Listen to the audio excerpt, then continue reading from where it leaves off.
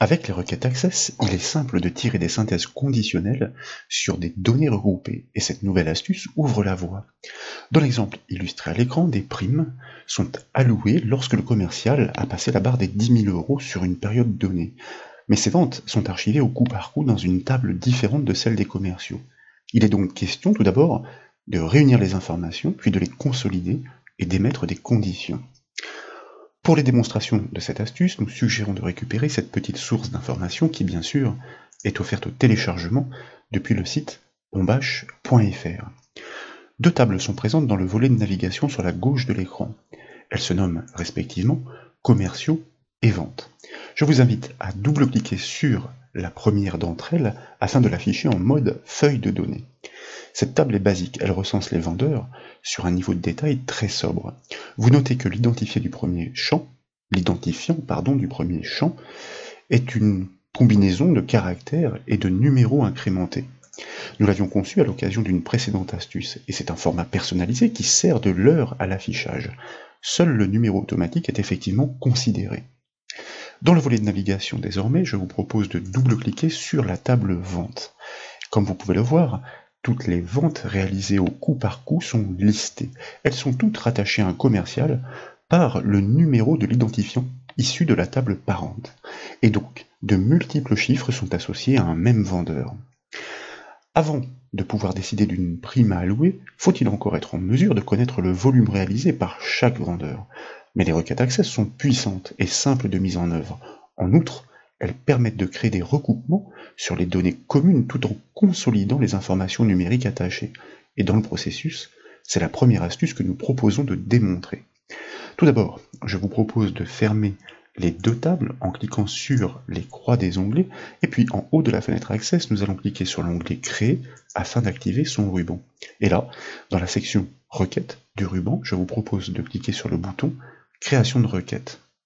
Dans la boîte de dialogue qui suit, nous allons sélectionner les deux tables à l'aide de la touche CTRL du clavier, puis nous allons les ajouter et fermer cette boîte de dialogue.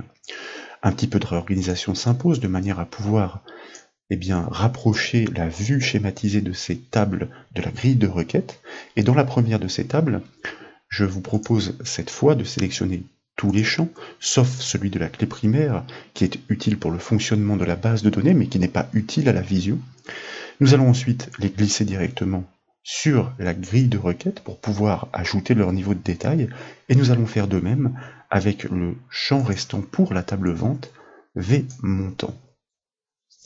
Ensuite, je vous propose d'enregistrer dans un premier temps cette requête avec le raccourci clavier CTRL-S, de la nommer par exemple sous le nom R_prime, de valider ce nom, et puis à gauche du ruban créé, de cliquer sur le bouton Exécuter. Nous affichons ainsi le résultat de l'extraction de la requête en mode feuille de données. Je m'aperçois que le champ du mail est un petit peu trop large, donc nous pouvons le réajuster à la volée. Les informations sont effectivement réunies puisque la requête agit sur les deux tables liées. Mais à ce stade, nous ne bénéficions que d'une simple énumération des ventes réalisées au coup par coup. C'est la raison pour laquelle un même vendeur est repéré à X reprises. Pour émettre une condition consistant à calculer une prime en fonction des résultats, nous devons d'abord consolider les ventes de chacun.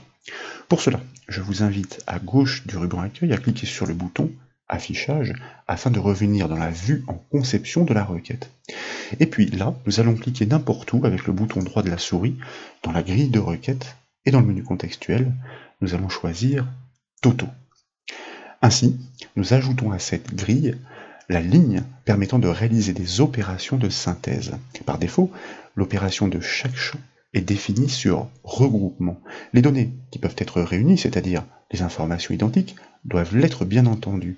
Pour les montants des ventes, en revanche, nous devons les additionner pour chaque regroupement opéré. Pour cela, je vous propose de déployer la liste déroulante pour ce champ V montant sur la ligne Opération et dans la liste des propositions, bien évidemment, de choisir la somme.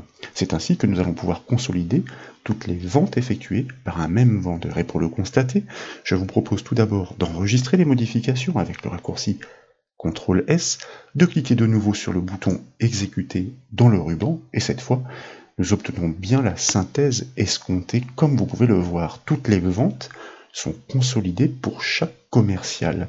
Nous allons désormais pouvoir travailler sur ces totaux afin de décider ou non de l'allocation d'une prime. Et c'est un champ calculé qui permet de réaliser de nouvelles opérations en fonction des données émanant de la requête. Une condition est à poser. Arbitrairement, nous décidons qu'une prime de 5% est allouée à chaque commercial ayant réalisé un chiffre dépassant les 10 000 €. Et comme vous le savez dans Access, la fonction conditionnelle se nomme vrai-faux. Sa construction est tout à fait identique à celle de la fonction si d'Excel. Tout d'abord, donc, nous cliquons sur le bouton affichage pour revenir dans la vue en conception de la requête. Et puis, je vous propose ici d'agrandir le champ qui suit dans la grille de requête de manière à pouvoir y faire un peu de place. Nous pourrions aussi travailler avec le générateur d'expression ou encore en zoom, mais cette vue, on va dire, est suffisamment confortable. Nous allons tout d'abord nommer ce nouveau champ. Comme vous le savez, dans la syntaxe Access, il doit être suivi du symbole de point. V' est donc son nom. Avant de calculer une prime, comme nous le disions, nous devons poser une condition. Donc, nous appelons notre fonction vrai-faux suivi d'une parenthèse ouvrante pour accueillir ces arguments. Le premier d'entre eux est le critère. Ce critère consiste à vérifier que la somme des ventes par vendeur a dépassé les 10 000 €. Donc, nous exploitons tout d'abord notre fonction somme suivie d'une parenthèse ouvrante que nous devons faire agir sur le champ V montant. Et comme vous le savez pertinemment, dans la syntaxe Access, un champ se désigne entre crochets, crochets que nous refermons à l'issue. Nous devons aussi fermer la parenthèse de la fonction somme et désormais poser le critère est-ce que ce total est bien supérieur à 10 000 €. Point virgule qui signifie alors, que devons-nous faire? Eh bien, dans ces conditions-là, nous devons récupérer cette somme et la multiplier par 5%. Tant qu'à faire, puisqu'un bout de syntaxe existe déjà, autant la copier et puis la répliquer par CTRL-V.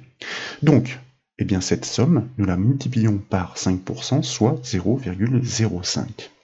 Dans le cas contraire, sinon, donc nous ajoutons un point virgule, eh bien aucune prime n'est allouée, donc nous inscrivons tout simplement le chiffre 0 et nous pouvons fermer la parenthèse de la fonction vrai-faux. Ensuite, il s'agit de valider dans un premier temps cette syntaxe, puis de déployer la liste déroulante sur la ligne opération, et cette fois, nous allons choisir expression tout en bas de la liste.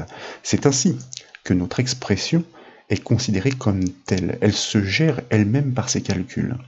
Et pour parfaire le tout, je vous invite, grâce à la feuille de propriété, dans la zone format, d'inscrire un code qui va retranscrire ces données numériques d'une façon, on va dire, un peu plus agréable, en monétaire tant qu'à faire, avec un premier dièse, un espace pour le séparateur de milliers, deux dièses, le chiffre 0, une virgule pour les décimales, deux chiffres 0 après la décimale pour la précision, et puis en euros, donc le symbole de l'euro entre guillemets, sans oublier l'espace de séparation de manière à ce qu'il ne soit pas accolé à la donnée numérique.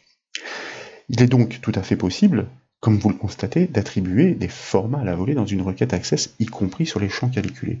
Formats donc que nous validons, ensuite, bien entendu, nous enregistrons les modifications de la requête, et puis nous cliquons sur le bouton exécuter pour constater les résultats. Et nous obtenons bien la synthèse attendue grâce à une requête Access intégrant ce champ calculé conditionnel et exploitant les lignes d'opération. Ces informations conditionnelles, nous pourrons ensuite facilement les exploiter depuis un formulaire dès lors que nous l'aurons construit sur la base de cette requête de synthèse. Quoi qu'il en soit, j'espère que cette astuce vous a plu. Si c'est le cas, comme toujours, je compte sur vous pour mettre un petit j'aime à la vidéo, et comme vous le savez, vous pouvez retrouver toutes les formations et toutes les astuces sur le site bombache.fr. Je vous remercie.